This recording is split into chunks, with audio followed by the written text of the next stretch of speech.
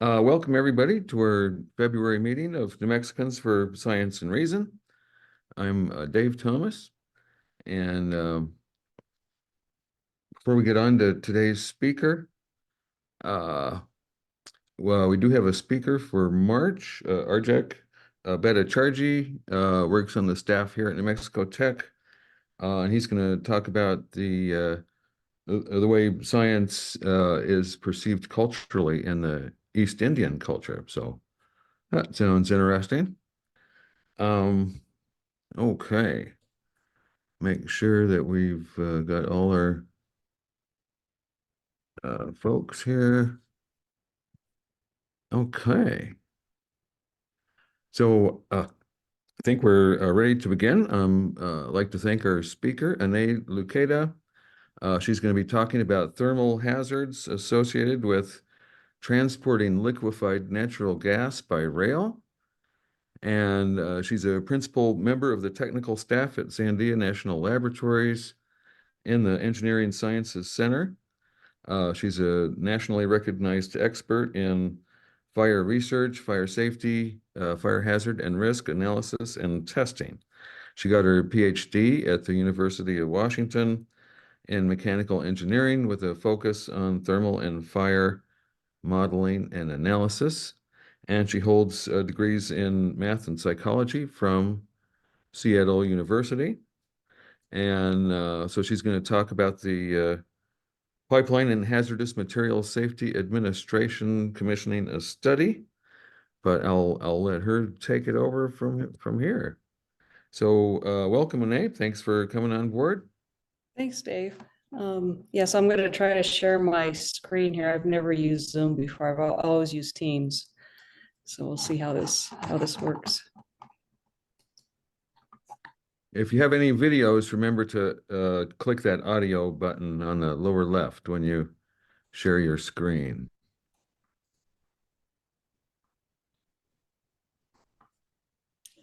So there's an audio button. Generally, if you're going to have videos, when you're sharing the screen, there's a dialog that comes up, and typically on Zoom, there's a checkbox at the lower left about audio, including audio. So just go ahead and check that if you see Well, it. it says host disabled participant screen sharing. Oh, I have to give you permission first. Okay, I have to anoint you with the speaker oil. Here we go. Thanks, Dave. Okay, let's There you see. go. I think it's done. Okay, let's try this out.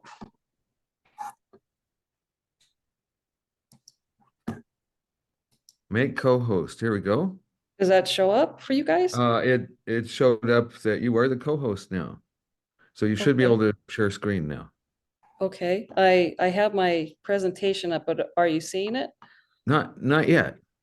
Okay, let me try it. Yeah, you're loud and clear.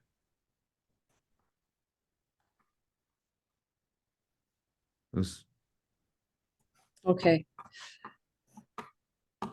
There's a green share screen button on the bottom. Yeah. Click that.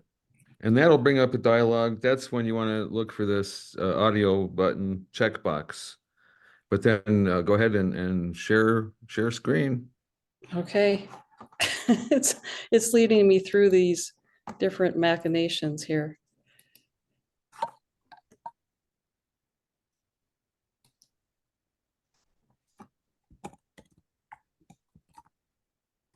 All righty.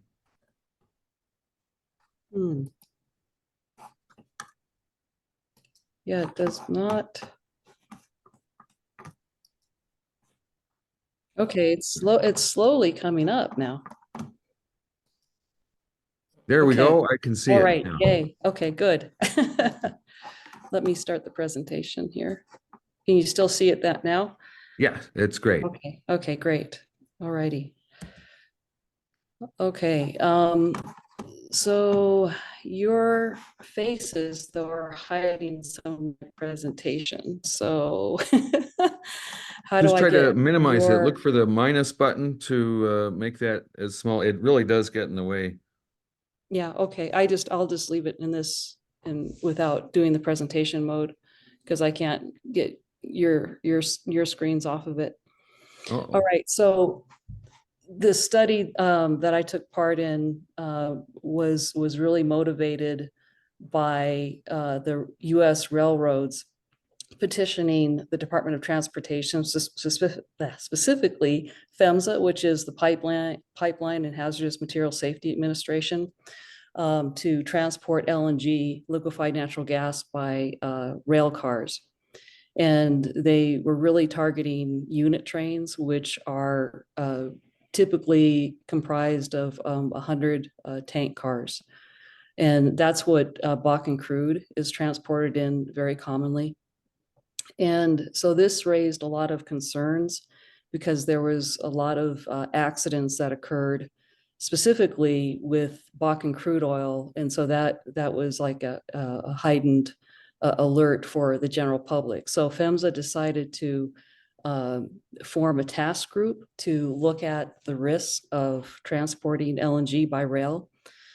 So as of up to about 2019, it was actually approved by the Trump administration to be transported.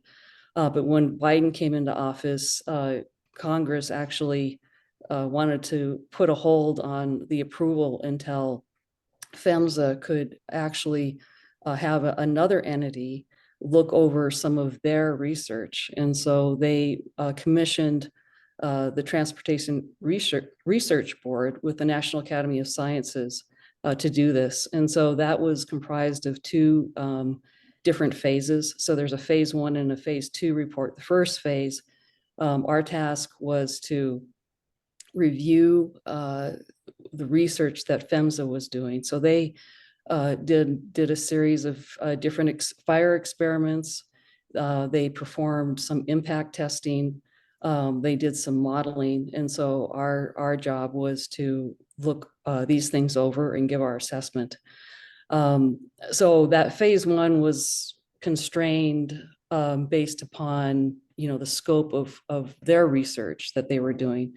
Phase 2 was our chance to expand what we thought the research should be, what it should look like. And so that was the culmination of phase 2.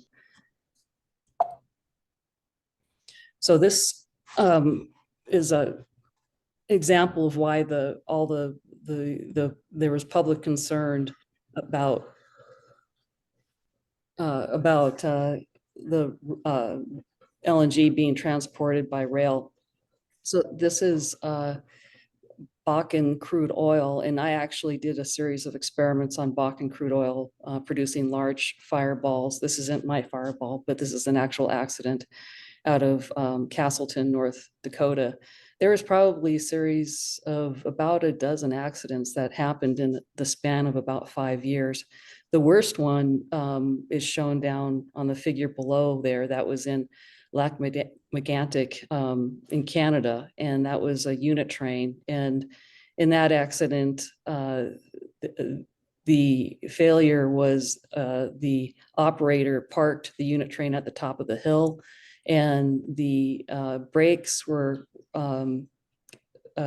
operated by, kept secure by the engine, and the engine ended up failing. They cut the engine, and so the brakes failed, and the whole train just ran down this hill uncontrollably into a town and killed like 47 people.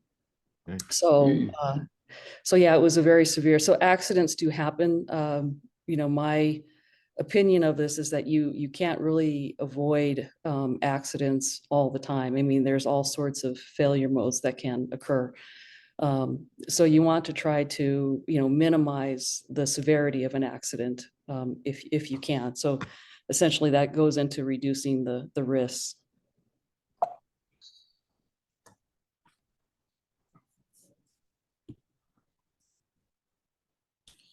So just to give you a background about liquefied natural gas,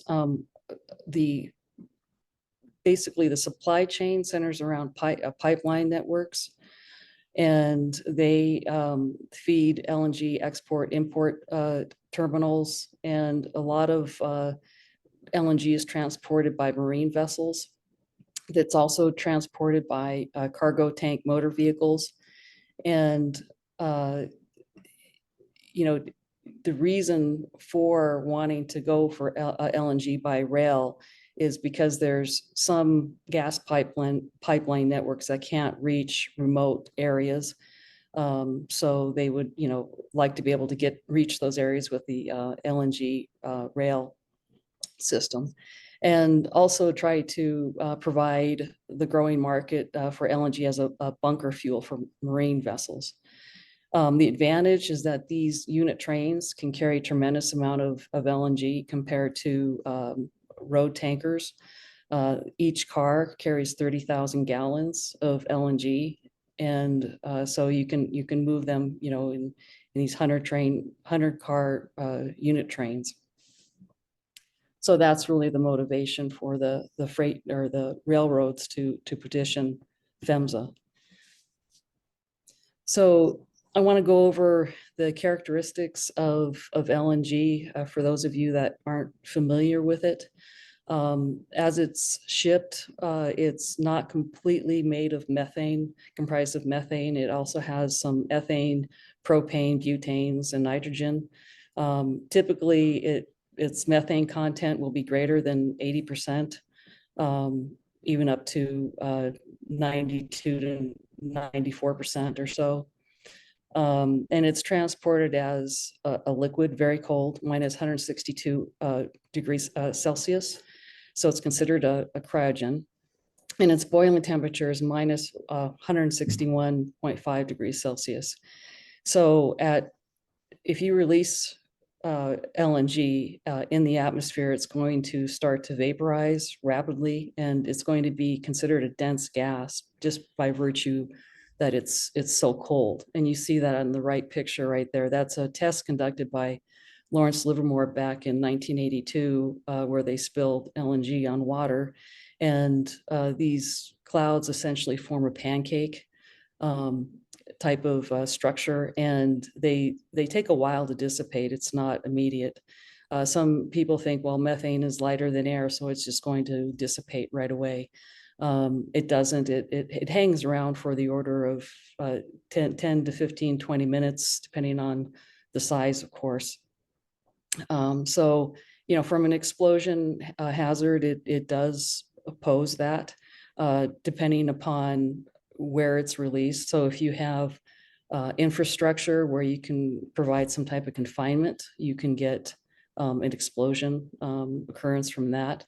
It's hard to actually achieve an explosion in the open, in the open with no infrastructure surrounding it for confinement.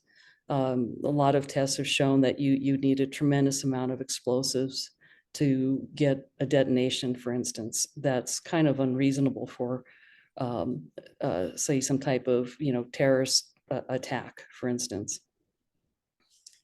The other aspects of LNG is that because it's so cold, it can cause brittle fracture of carbon steels, mild carbon steels. And it also has a much higher heat flux than a lot of other hydrocarbons. And I'll be showing that. A lot of these statements about the brittle fracture and the high heat flux is based upon research conducted at Sandia. So back in 2003, we were asked by the Department of Energy to look at the vulnerabilities of these large LNG vessels transporting a tremendous amount of LNG. They're as long as a football field. And after 9/11, there was concern of terrorist attacks. And so there was a lot of different studies that came out, and they had all sorts of different assessments all across the board. So the Secretary of Energy wanted to know why they all differed. And we provided an assessment as to the difference. And it culminated in DOE asking us to do our own assessment. And so we did a series of analysis and testing. And one of the tests that we conducted was looking at the brittle fracture potential of these ship steels. And this is what I'm showing here. We actually got some ship steels and we poured LN2 onto the steel.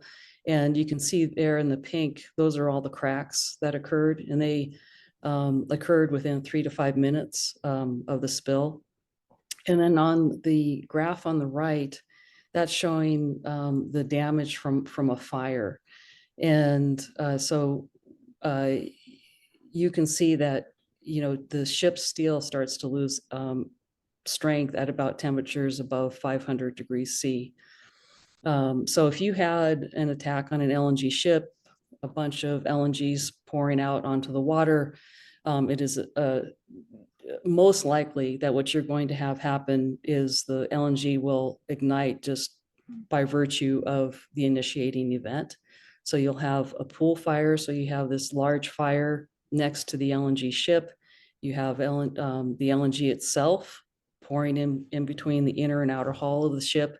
So you have cascading cryogenic damage occurring, and then you also have further damage from the fire. So that can impact the adjacent containment systems. They have five separate tanks that hold the LNG. And so that was the one aspect, I guess, that was controversial. Some people said you wouldn't have any cascading damage, and we showed that that is possible. This picture right here also shows an accident that occurred that shows evidence of the fractures. And what we found from our testing is that fractures propagated where the LNG flowed and propagated actually a little bit outside of the area of contact. And all you need is some type of structural discontinuity that will allow the crack to form. So if you just have local cryo temperatures, that's enough to generate fractures given the stress concentrations. The fractures will propagate through all the cold structural members, the web stiffeners, the flanges, and the fractures will even propagate in elements that are in contact with water. So it's definitely going to be a problem if you have some type of initiating event causing a hole in an LNG ship. The other aspect of our study for the ship study was looking at the behavior of LNG fires. There was a controversy that as you get to larger pool fires for LNG, that you would have what's called smoke shielding. In that visual right there, that fire, that you can see that it's very luminous, and the luminosity of a fire is by virtue of the soot particles. They heat up and they radiate. And when they escape the flame envelope, they start to cool and they form what we call smoke. That smoke can shroud a fire and it absorbs the radiation. So if you're standing away from that fire, smoke is your friend in the sense that it shields some of the radiation. So it knocks down the radiation.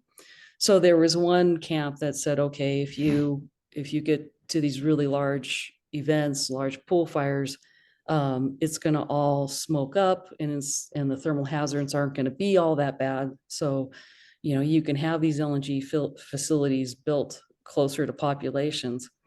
And then there was the other extreme where people would say, well, you're going to burn down all of Boston, for instance. So DOE asked for us to do a large scale pool fire. And so what you see on the picture on the right is we built a lake that was 120 meters in diameter, 2 meters deep. And we had a reservoir that held up to 350,000 gallons of LNG. We performed 2 tests, and the test that you see right there, that's our large test. It was 56 meters in diameter, the burn area. And the height was 146 meters tall. So it was an incredibly large fire. And what we found is that there was no smoke shielding whatsoever. And the other thing that was amazing was how high the heat flux was. Heat flux is a measure of the energy per unit area, per unit time coming off of that off of that flame in an average sense. So we had all sorts of radiometers and infrared cameras measuring the surface emissive power. And the average was 277 to 286 kilowatts per meter squared. And to put that in perspective, if I were to perform, say, a pool fire with LPG or jet fuel, their average surface emissive power would be about 50 kilowatts per meter squared for this size of fire, possibly even less. Crude oil, probably down into the 20 kilowatt per meter squared. And you can see that from accidents. Crude oil smokes up tremendously. So this LNG is definitely an outlier. So here, this is a comparison that I did showing on these graphs. You'll see different fuels. So the first 5 markings there are LNG, and then you have LPG, kerosene, diesel, gasoline. Then there's SPR, Bakken, and Texas Shell crude oil. Those are my 3 tests right there. And you can see what you really want to look at is equivalent diameters, because as you go up in diameter, then you have more inefficient mixing of the fire, which leads to more soot production. So if you look at the 20 meter size, you can see how much higher the LNG starts to be compared to other hydrocarbons. And then as you go up in size, it's even greater. So it starts to level off about 35 meters in diameter or so, because you essentially reach a state where you become saturated and you don't get any further increase in the surface emissive power. So the other aspect about LNG compared to other fuels, and I'll use LPG as an example, LPG does not cause brittle fracture due to its temperature. So it's shipped at minus 42 degrees C, versus LNG, which is at about minus 162 degrees C. So that there's 2 combinations of LNG that's somewhat unique for cryogen, and that is its ability to cause brittle fracture, and then its very high heat flux, so much higher potential to cause thermal assault. So now I'm going to go back to the rail car, how this all relates to the rail car. But first, I'm going to talk about the design of these tank cars. They're typically, they have an inner and outer tank, kind of like thermos type packaging with insulation in between.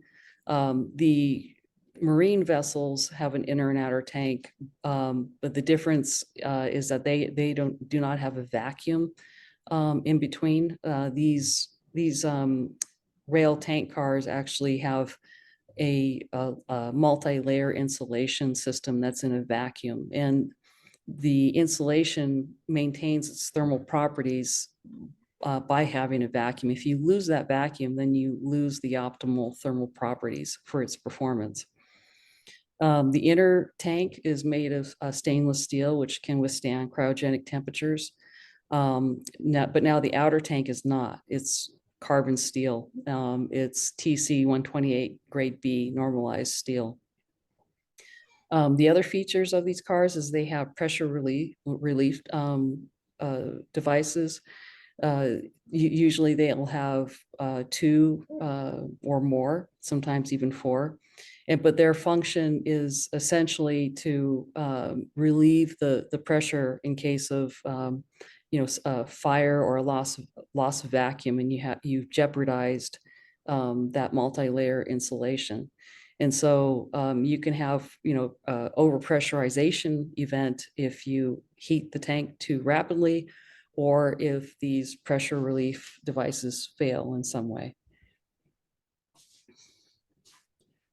So as far as the updates to current cryogenic tanks, they wanted to look at trying to improve them for this LNG transport. And one of the things that they did, they took a DOT 113, which is typically used to transport ethylene. They decided to thicken the outer tank shell from 7/16 to 9/16, and then also increase the head thickness from 1/2 inch to 9/16. And they did a test with this new design, and they found that it's much more puncture resistant. So the Federal Railroad Administration also took part in this study with PHMSA, because in Pueblo, Colorado, they have an impact facility. So they do all sorts of tests out there. So that's where they assess the performance of this improved rail car. So it was expected to resist impact damage compared to the standard 113. The things that they didn't change the insulation materials or the pressure relief devices. So I'm going to concentrate on the recommendations that I provided in the phase 2 report. And they basically culminated from the testing that was performed at Sandia, and some of the analysis that we have done. I focused on the aspects of the rail car. There was other people on the committee that looked at the preparedness of emergency responders, for instance, performing a comprehensive risk assessment.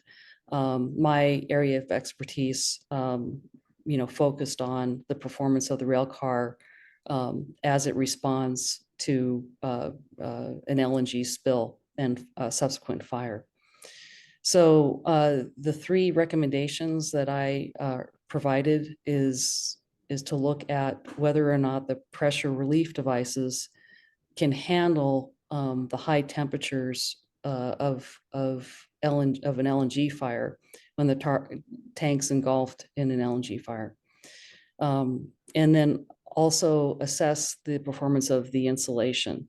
Can it perform, under the temperatures when a tank car is engulfed in an LNG fire?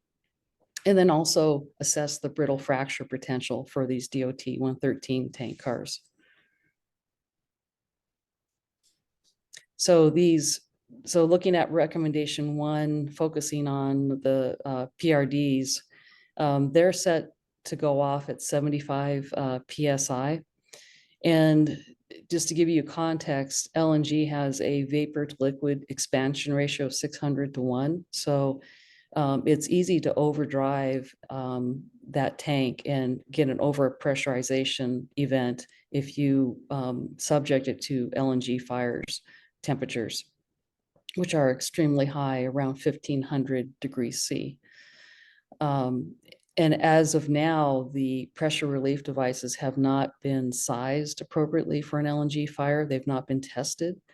And so that was my recommendation, is that they be assessed to be appropriately sized for an LNG fire. So I recommended that they actually subject a DOT 113 tank car to an LNG fire. The second recommendation is looking at the insulation, the multi-layer insulation. As I mentioned, it degrades when there's a loss of vacuum. Its performance goes way down. And the MLI is comprised of alternating layers of aluminum foil, which has a melting temperature of 660 degrees C. And then other layers are either fiberglass or ceramic fiber. Fiberglass degrades at about 204 degrees C. And so given those melting temperatures, those layers can't withstand an LNG pool fire, which has, very high temperatures from 1200 to 1600 C and a torch fire of 1500 C.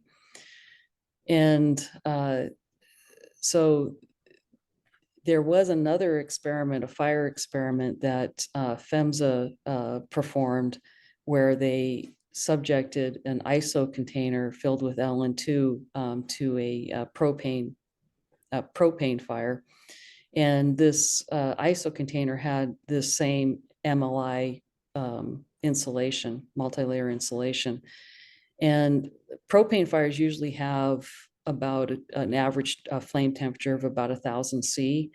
And in that test, the MLI degraded. So if it starts to degrade at 1000 C, it certainly is going to not, stand up well to the LNG temperatures. So there's going to be a loss of performance. And what that means is that, you're going to have rapid vaporization when a tank car is engulfed in a fire. So the second recommendation is to look at other types of insulation.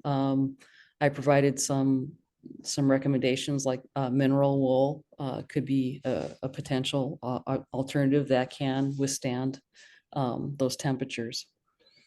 The third recommendation had to do with brittle fractures. So as I noted before, if you have any type of load or crack initiator coupled with temperatures that go below the nil ductility temperature, then you can get brittle fracture. And for this particular steel that's used for the outer shell of these rail cars, NIST did some testing, and they measured temperature minus 51 degrees C. And, that's well above the temperature of LNG at minus 160 C. So any scenarios involving contact with the outer tank with LNG would induce propagating fractures. And they would be catastrophic because, due to the hoop stress and transmission of the weight of the inner tank through the support system of the outer tank, you'd get all sorts of fractures developing. So I recommended that they conduct a test where you'd fill a DOT 113 car with LN2 and puncture it, and just to see what type of fractures you would get. LN2 is colder than LNG, but LNG is still, within the temperature range that's, well below the nil ductility temperature. So any results that you get from LN2 is going to be indicative of what you'd get from LNG.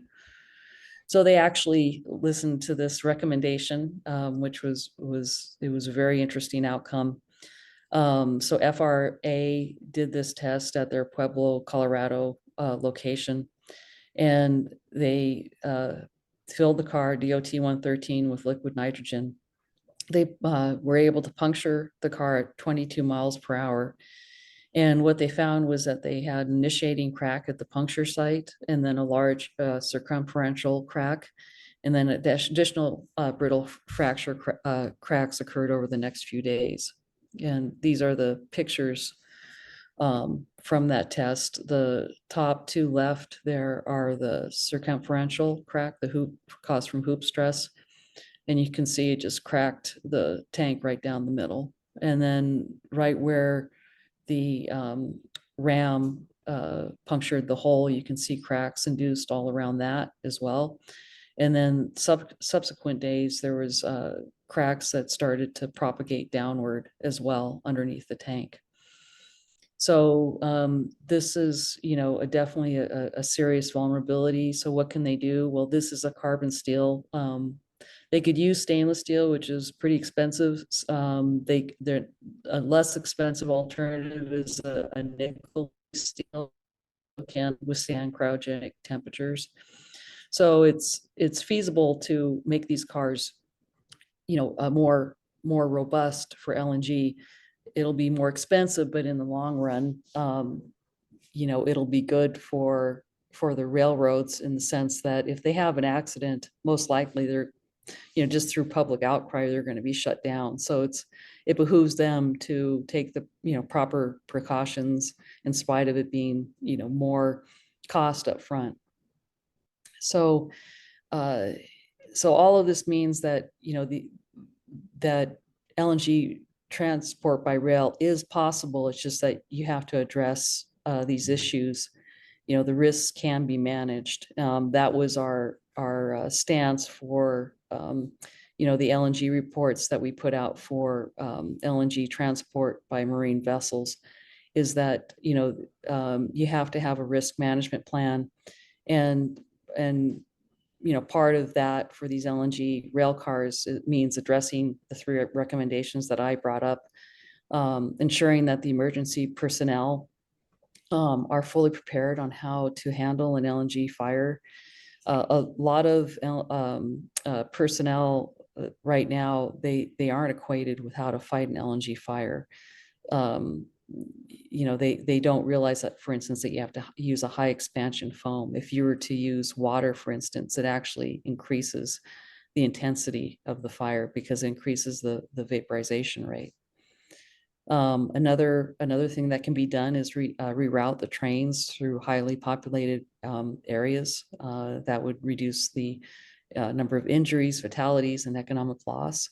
And then also reduce speeds where the trains come near populations, and also use a positive train control to enforce the speeds.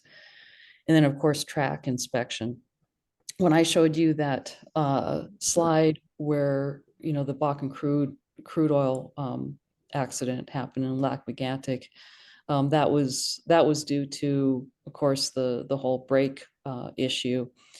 But most accidents, if you look in the National Transportation Research Board reports, a lot of them are caused by faulty tracks. So you'll have, some type of, defect that's in the track that causes, an accident. So that's one thing that can really help. The other thing is actually human error. So that's where positive train control comes in. So that's the end of my presentation. Are there any questions? Anay, can you hear me? Yeah, I can hear you. This is John Covan. Oh, hi, John. Hi. My question is all this stuff sort of confined to accidents only? There's no component of terrorism considered in here? Yeah, for our report, there wasn't. There was another committee looking at the whole terrorist aspects. So that wasn't, part of our role here. It might be kind of interesting to see what would happen if somebody shot an RPG right at one of those containers. Yeah. Yeah, there's all sorts of vulnerabilities. It doesn't take much, right? I mean, if you put something on the tracks, I mean, Yeah, if you hit some explosive on the track, that would work pretty well too. Yeah, or cause just some type of defect. I mean, it doesn't even have to be that exotic, to get an RPG or anything else. But they also have these cars that I call them automatic scouts. So they go and they assess the integrity of the rails. So there's nothing saying that you couldn't have one of these scout trains lead the way for the LNG trains and make sure that there's no nefarious actions going on. And I guess there would be no escorts with these trains. No, yeah, no, none at all. Yeah, No the big areas you worry about is, of course, if they're going Well, through. they probably want to have one-man crews on the train. Yeah, I don't know how many. I mean, I know they have several engines. So I don't know how they would handle these unit trains. I had a question. The unit train was where you have like 100 cars together.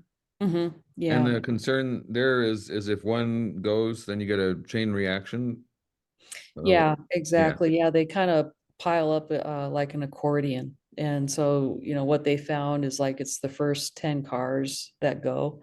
So, you know, for this LNG, the distinguishing aspect of it, if have one or two cars, say, breaking open, and you get a fire, which is, pretty easy because you have all this shrapnel, hot fragments. Um, and once you get that fire going, it's going to easily impact the adjacent cars that are piled up in an accordion fashion, um, and jeopardize their load. So it's, you'd get the juice out of the can from all the other tanks. And so you'd have a much larger thermal hazard zone than you would if you had like the Bakken crude oil. right.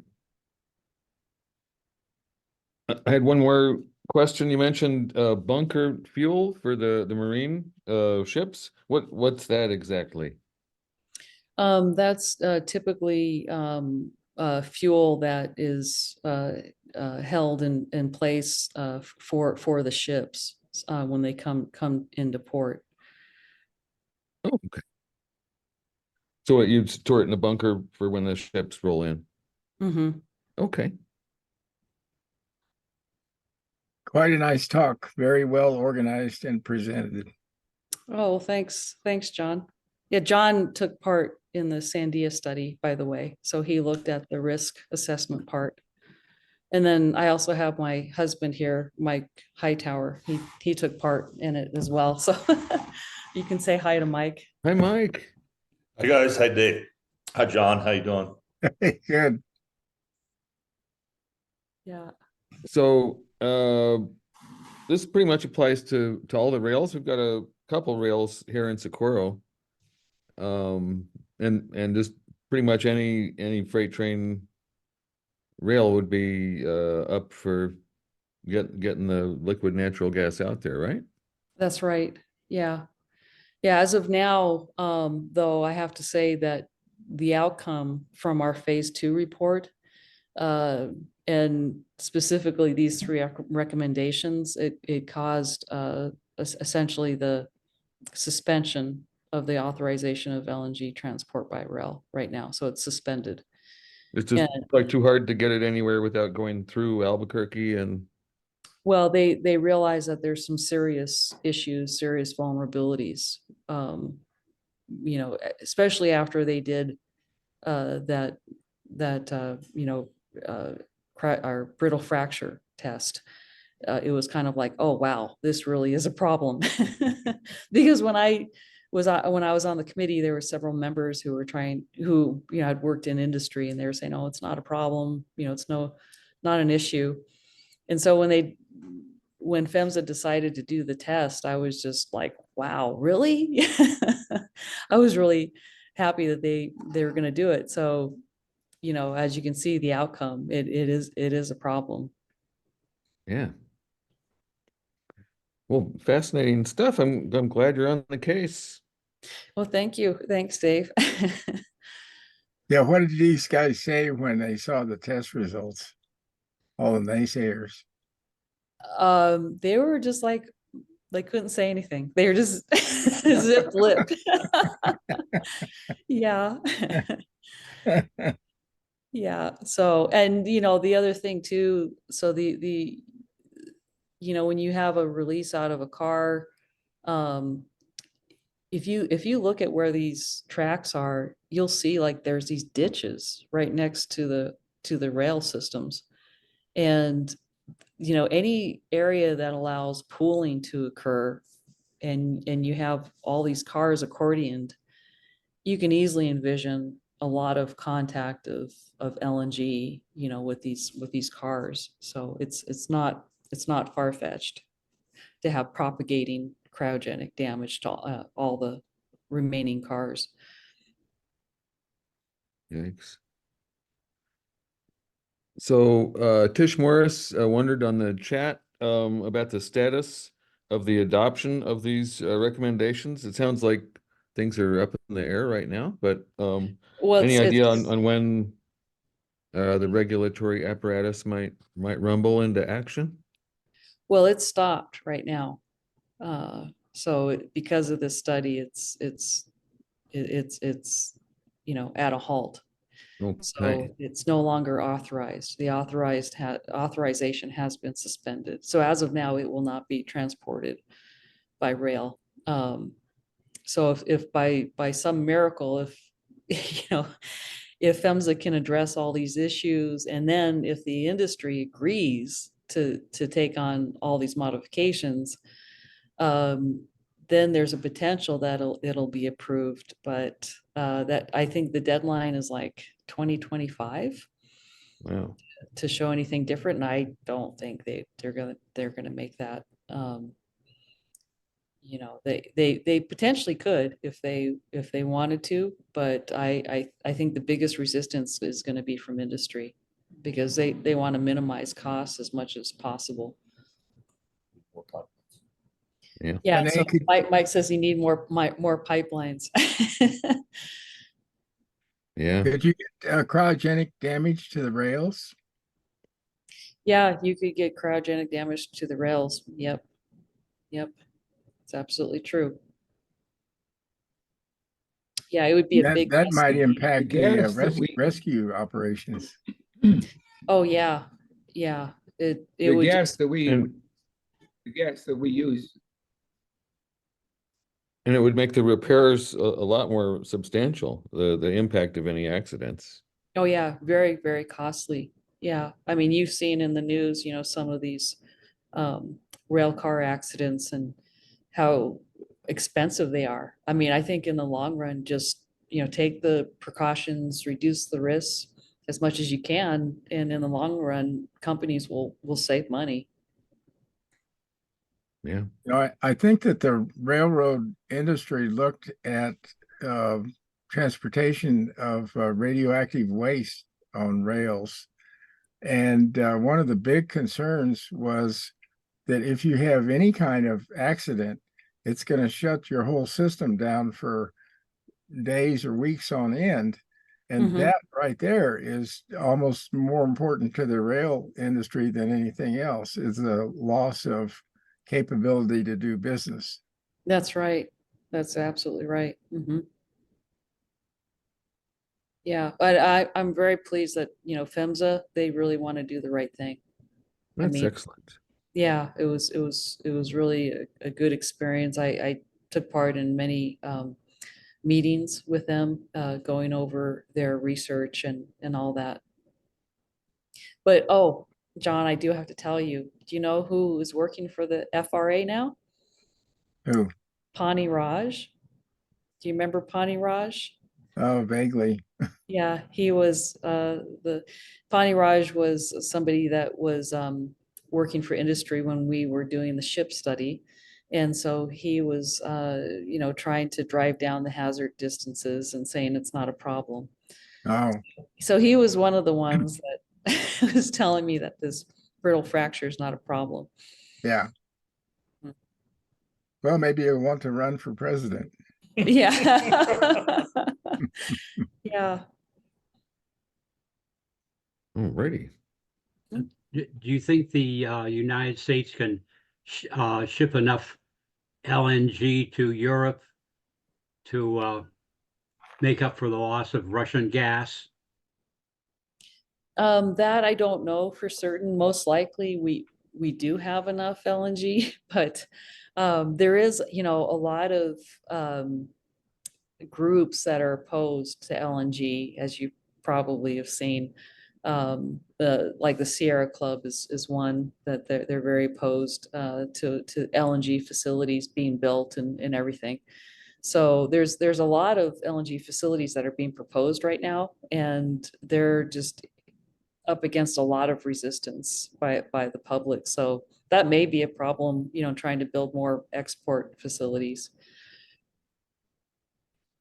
Yeah, the Is, NIMBY is, problem. is the transport safe in LNG ships? Yeah, I mean, that's one of the things we assessed, and the Coast Guard takes a lot of care. They actually adopted in their regulatory document the suggestions based upon our Sandia reports. We provided two, one in 2004 and 2008. And so they have escorts. They will close down, for instance, bridges in Boston when an LNG ship comes into harbor. So they go to great lengths to protect these ships.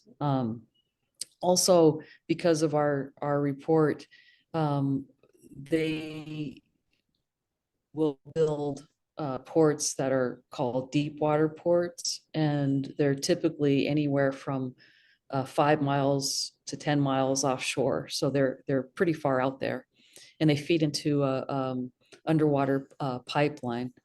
So they actually have taken a lot of our recommendations from our report to make sure that populations aren't impacted if there's some type of attack.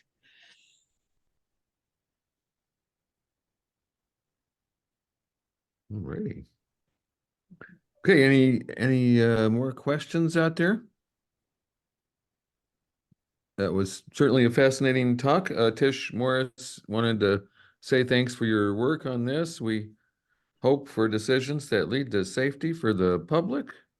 And I'd like to sign on to that too. Thank you for a Well, thank delightful you. talk, and we hope it does turn out in a way that the public is served. Well, thank you, Dave, and thank you, everybody. All righty. So next month in March, our meeting is going to be a week later than usual, March 20th. So and the newsletter is almost out. So John Covan, we should talk about Skepticamp. So they're after us to maybe organize a Skepticamp in spring where several people would give talks. It's an opportunity to grow your organization, get some newer, younger people in there. So let's talk about that when we can, right? Sure. Okay. Okay. Well, thanks for coming, everybody. Thanks so much, Anay, and this will be on YouTube. I'll send you the link when it comes out. All righty. Take care, everyone.